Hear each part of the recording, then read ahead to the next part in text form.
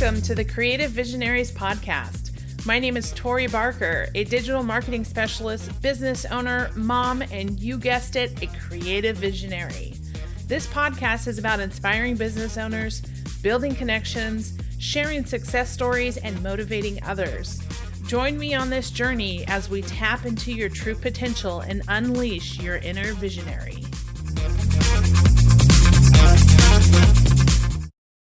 Hi, everyone. Thank you for joining us again on the Creative Visionaries podcast. Today, I am joined with a very special guest, Adam Liette. He is the founder and director of Smooth Operations, which helps entrepreneurs create the systems and workflows needed to scale online companies. Adam, welcome to the show. Tell us a little bit more about you and how you got into this Smooth Operations business. Thank you so much, Tori. It's such a pleasure to be here. So before all this online remote work stuff, I was actually a soldier. 12 years active duty U.S. Army Special Operations. I've deployed all over the world, done all sorts of fun, cool stuff. And before that, even I was a musician. So I'm a lifelong musician, been playing since I was about 5 years old. And I found, and when I moved online, a wonderful marriage of the two. I started working for an online music education company, and I fell in love with running companies behind the scenes.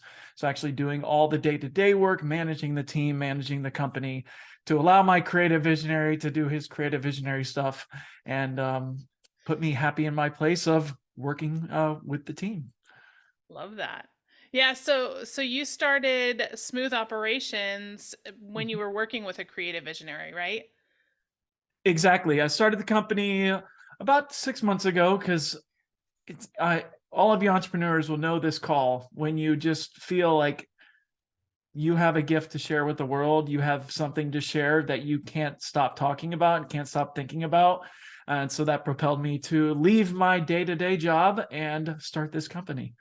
I love it when you have, like you said, everyone can relate. You have that burning desire and you're like, Oh I'm my doing gosh. this, but I have so much more that I can be giving, or so many more people that I can be helping. And it's just like, you have to feed that fire, right? That's just like every day in your mind. And so I love that. I think we all can relate to that and are either in that situation or have been in that situation. And Yeah. so that's like the perfect conversation for all of us, on this platform to hear. We're all in the same space and we're following that passion and that dream. So tell me what it is that Smooth Operations does. So you build operating systems for businesses. What does that look like, and how do you structure that when you work with your clients? For sure. So many of us, well, we started solopreneurs, almost all of us, right? And so we get used to working how we work. We get used to allowing things to be a bit laissez-faire and without necessarily a structure, rather whatever we are feeling motivated to do that day or whatever happens to be on the checklist that we ourselves created, which is great when it's just us. But as we start to build out, well, now we have people to manage. What most of us end up relegating to is the idea of transactional management, where we need something done, we ask our VA or we ask our team member to do it, they go do it. We need something else done, we ask for it to be done, it gets done. This is all doable at the 1 to 2 people on your team. But once you start to grow past that, business starts to feel like a big, heavy backpack, on like a huge weight on your back, where you're managing everything. You're having to tell people what to do all the time, show them what to do all the time. This is where the operating system comes into play. The operating system is simply a framework around what we're doing. It's building systems, processes, templates within project management tools. It's establishing a communication cadence so that we're regularly talking to our employees and allowing them to talk back to us. So it's definitely a two-way street. We need to find a way to give information out and also to receive it. What does this really do for us as creatives and as the entrepreneurs that we are? It frees us from the stress of actually managing the business. Instead, we're leading the business. Oh my gosh. And what that does for your brain and the creative energy that's inside all of us, it's dropping that backpack off. And suddenly now that zest that we had for the business a year ago, 2 years ago, maybe even 5 years ago, if you've really been slogging it through, it's back because now you have a system of support around you. You're enabling your team to help you and to grow the business. So it's really exciting when it happens. I've been fortunate enough myself to do it, and now to help my clients do it. And how it works with my clients is it's a group coaching basically, where I do have curriculum that shows you the physical, do this, do that, but businesses are very unique. All of our businesses are, there's no one size fits all. So it's a matter of finding the right cadence, the right flow of how to implement this into your company to not only make sure it works, but to make sure you have team buy-in, make sure that you're adapting things as needed, because your team, like, you got to protect those team members, got to love them. And when we do that, it just builds this amazing ecosystem around you. Yeah. So lots of questions are coming to mind as you're talking, but I'll try and focus in on a few Yes. of, like, starting point, right? When you come across potential clients who are in the need of an operating system or a strategy or structure or framework, and they haven't Mhm. done anything up until this point, do you, like, I know people talk about SOPs, like document um, your offerings, document everything that you do, put together an SOP so that you have it documented, because it's not, a lot of us entrepreneurs, solopreneurs, creatives have it all in our head. And so getting it Mhm. out onto paper or in a digital format, is that usually something that you talk about in this process? Is like, okay, let's start with the document phase, and then let's talk about the strategies, and let's talk about the framework. Is that usually kind of Mhm. like your stages that you go through? The first step is what I call the time study. And it's a very detailed analysis of what exactly you're doing on a day-to-day basis. And probably the wrong thing to say in a sales point of view, but it's really painful to do a time study, a really accurate one, because we're documenting our whole day in 15-minute increments. Yeah. And when we take a step back after that 2 week, it's a 2 week period where we're documenting everything we're doing. When you take a step back, it's like seeing sun for the first time. Yeah. It becomes so crystal clear where your time is going, where you're actually putting all of your energy.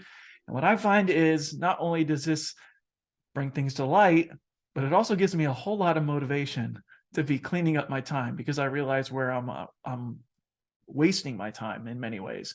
As far as documenting and SOPing, you're exactly right. Most of us don't do this on a regular basis. And there's a bit of a disconnect that always comes into play. I've been guilty of this myself, where someone will say, create an SOP, and I'll open a Google Doc and I'll look at it. I'll go, well, Where do I hmm, start? there's got to be like a right format. No, don't worry about any of that. When we start SOPing can be the easiest thing in the world. I have a secret little tool. It's called ScreenFlow, and or you can use QuickTime or Camtasia, whatever, doesn't matter. The point is we want to capture our process. So Mm, what I do when I'm starting an SOP from scratch, I will literally do the process and narrate myself doing it. yeah, smart. And the Very crazy smart. thing, yeah, it's so intuitive. It becomes kind of fun. And the crazy thing that happens during that process, you're gonna be like, you start to question yourself. You're like, why am I doing it that way? Huh.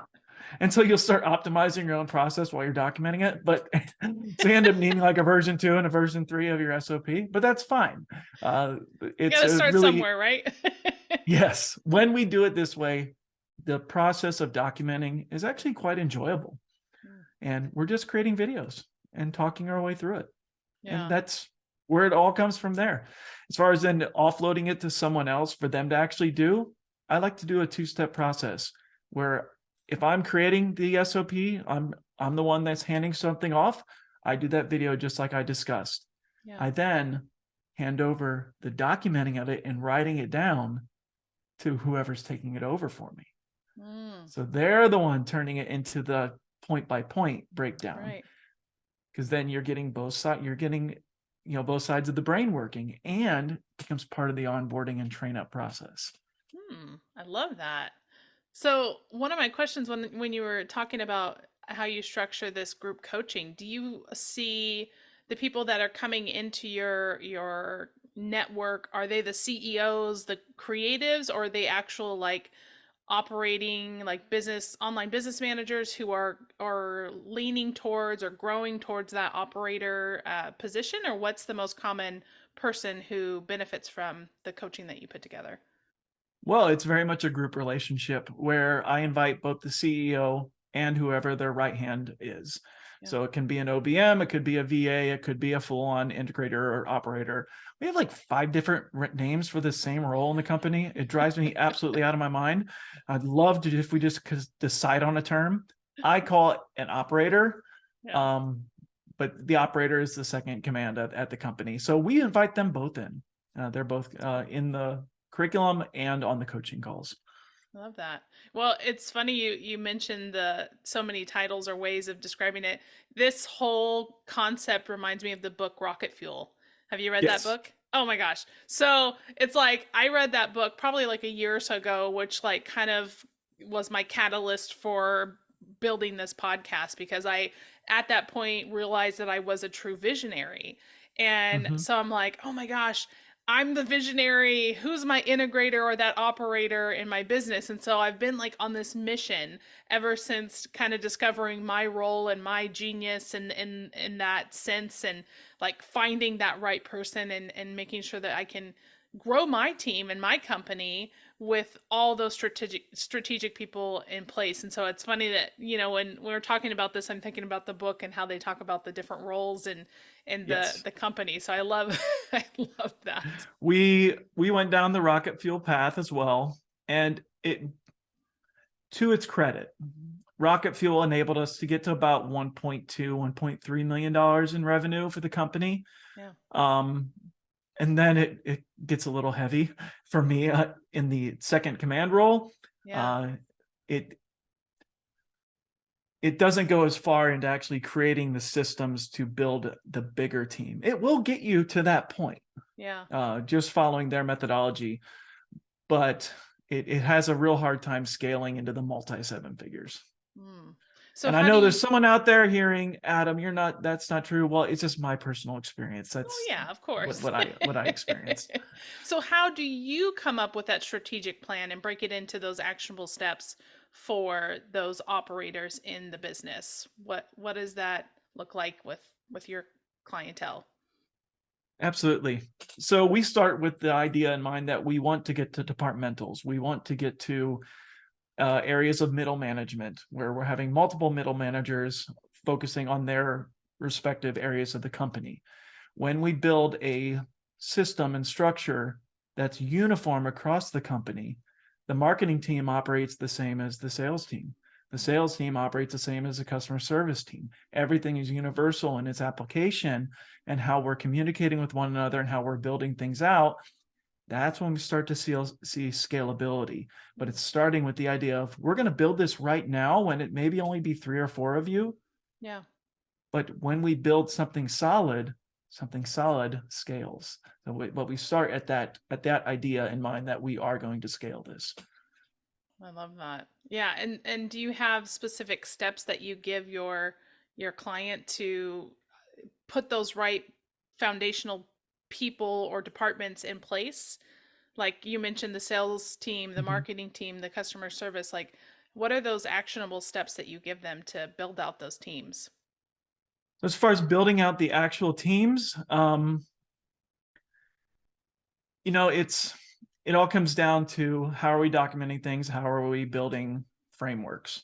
As far as anything actionable for the purpose of kind of an offhand advice, I'd say that our goal is always to build that middle leadership area. Yeah. So the biggest thing we can do for ourselves as entrepreneurs is to schedule quarterly time where we're looking at the business as a whole. Mm. We're looking at and starting to project how we're going to grow. So I make use of the organizational chart from day one. Even if it's just you, start with an org chart in mind, make it task oriented as opposed to being job description oriented. So Yeah. if we start by that method, what we end up seeing is, okay, Adam might be in charge of sales and marketing and content delivery right now, those are three very distinctly different things, Right. right? And then we start to see how we can branch those out based on task, not so much based on title. So Yeah. getting away from that more traditional way of looking at an org chart. And then, so once you identify like this kind of org chart, department, sections of your business, how do you hire the right people? Mm, What are those? I mean, because a lot of times it's skill based, but it's also right. like people who align with your core values and people with good work ethic. So, are there any Hmm. like tips that you have for finding the best people to fill those roles that you've now identified through this whole operations side of your business? How do you find the right people? Well, I did create a mini course around this, so we can put an opt-in for that if people are interested. Absolutely. Uh, I employ a multi-phase hiring process. The first being, before we even start the hiring process, what does this person actually look like? Like, what is their job description? Very detailed job description of what exactly this new person is going to be doing. Yeah. I leveraged the time study really heavily when creating the ideal person that we're going to hire. So, what task am I pulling off my list? Maybe someone else's list, maybe someone else's list, kind of go team wide to see how we're going to create this fictional person. Yeah. Um, when I'm doing the job search, I go far and wide. Yeah. Tend to start with email lists, whoever your current followers are. You're going to find a lot of really cool people on that email list. And funny story, I eventually became director of operations. I was hired off Upwork. So if someone says Upwork doesn't work, nope, false. You can find amazing people on Upwork. Um, and then we need to fit for culture first. I believe culture is far more important than can they properly format a post for Facebook. I can teach anyone how to do that, Right. but I can't always find people that fit our team's culture. So the Yeah. culture interview is actually the first interview where we want to see what kind of person they are. How do they best work? Will they align with my team and my team's values? Or do I know they're going to drive this other person crazy? So, Knowing all the minds in the room, right? Who's going to work with yes, who? exactly. As an example, as part of this, we do a DISC assessment. So the Tony Robbins assessment. Um, and the funny thing is, I was hiring for a position once, and I got someone who was a high I Mm. on the DISC, and one of my colleagues was like, "Dude, you cannot hire them. You're a high D. You two are going to drive each other crazy." I'm Yeah. like, "Okay, good point. Great, Yeah. thank you." No, I didn't. It ended up becoming a good thing. Once we know that people are a good culture fit, well, now let's move into actually task orientation. Mhm. And I employed a paid trial. Mm. So usually it's like 75 to 80% of what their end salary will be, but give them a number of tasks, 8 to 10 hours worth of actual tasks to do. So you Yeah. can see them in operation, see how they're actually doing the task. And only once we're through all that do we get to the actual interview. So we do a whole lot of stuff before we get to that interview phase that a lot of people jump to.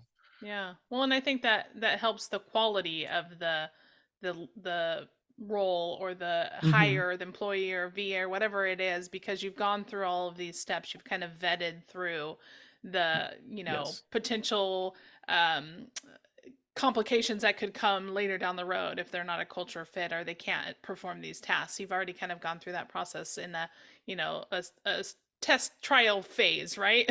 Right. And the Now, most important thing is, and this hurts sometimes, you can do all this work and still not find the right person, Tori.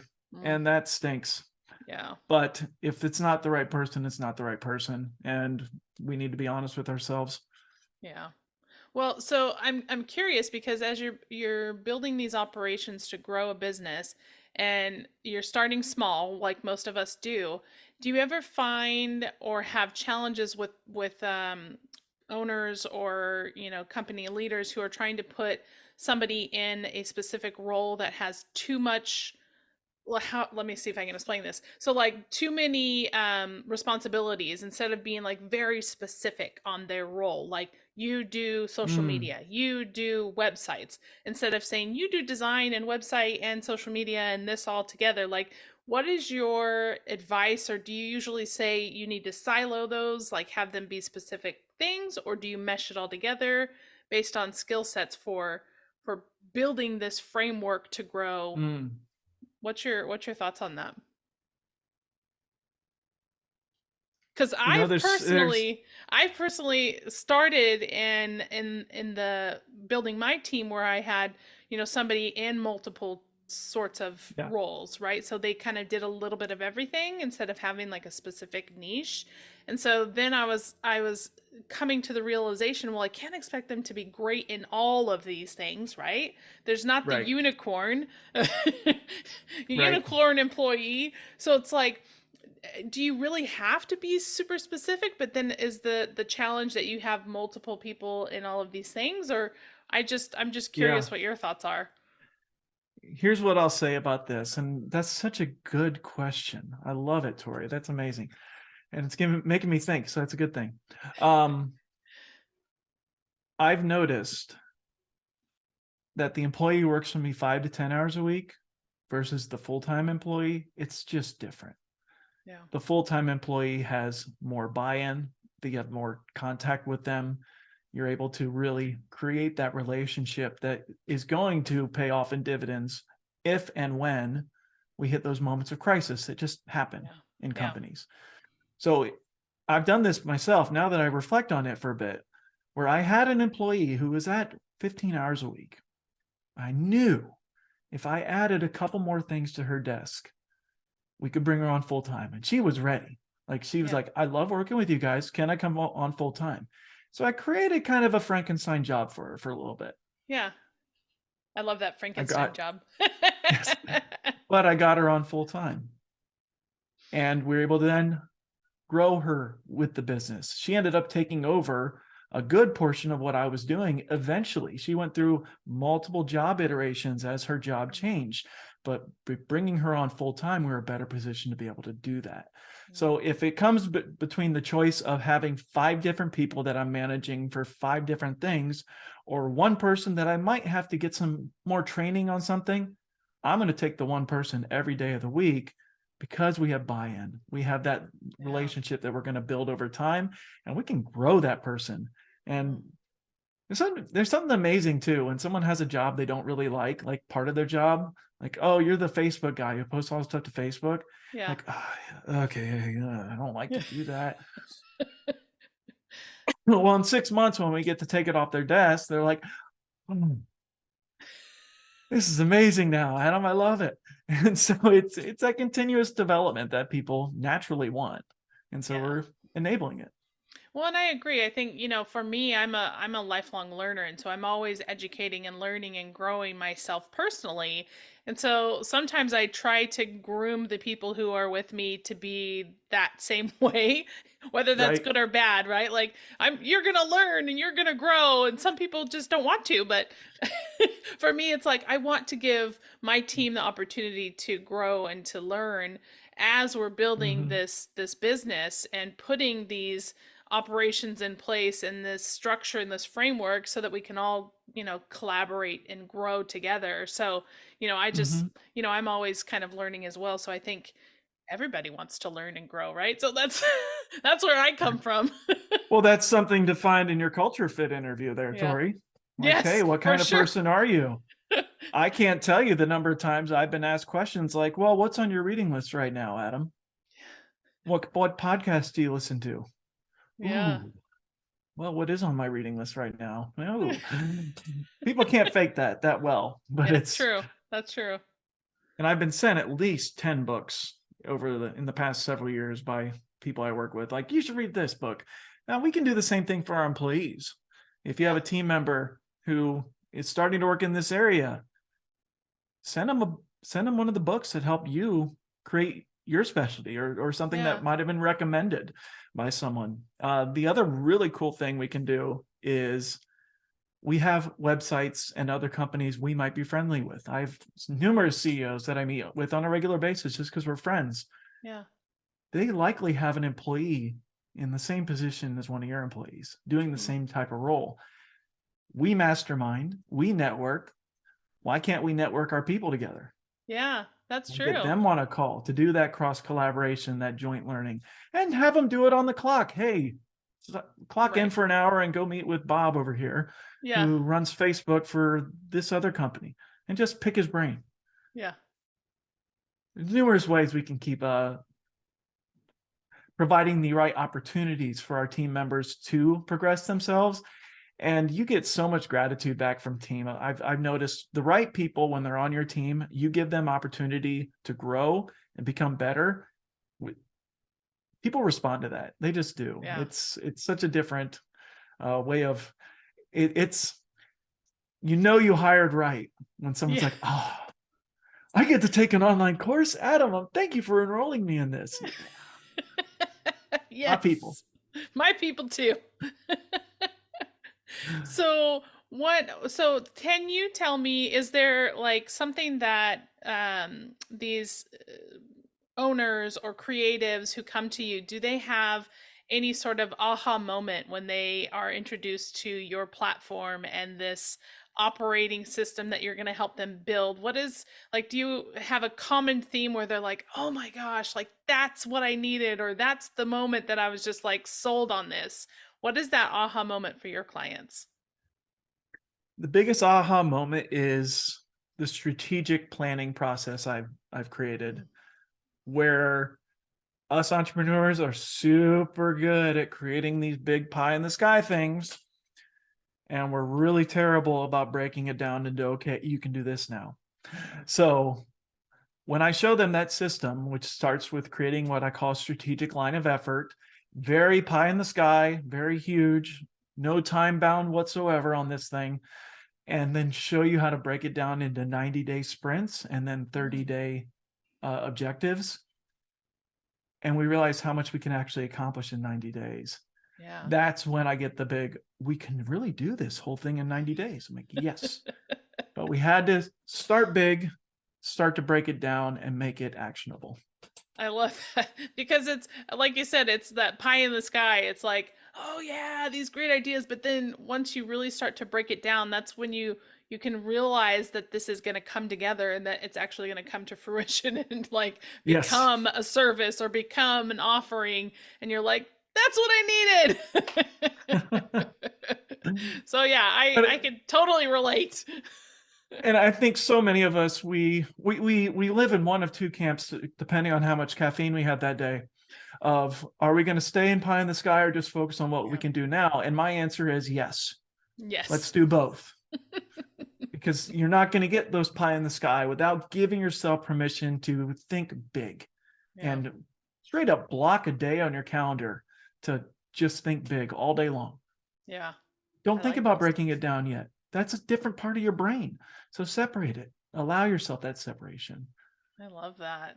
Now, so just to kind of wrap things up, because I think, you've given us so much information. I don't want to overwhelm us because we're all these pie in the sky type people, right? We need to take Right. action and start putting these plans in place. But I wanted to ask you, do you have like a favorite quote or just kind of any advice that you would give the audience Mm. on where to start, or how to take your business to the next level? Just any advice or a quote or anything that you want to share with us?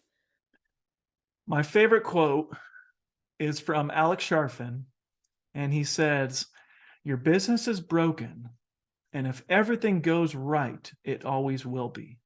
Mm, There's only one perfect business, and that's one that's bankrupt and out of business.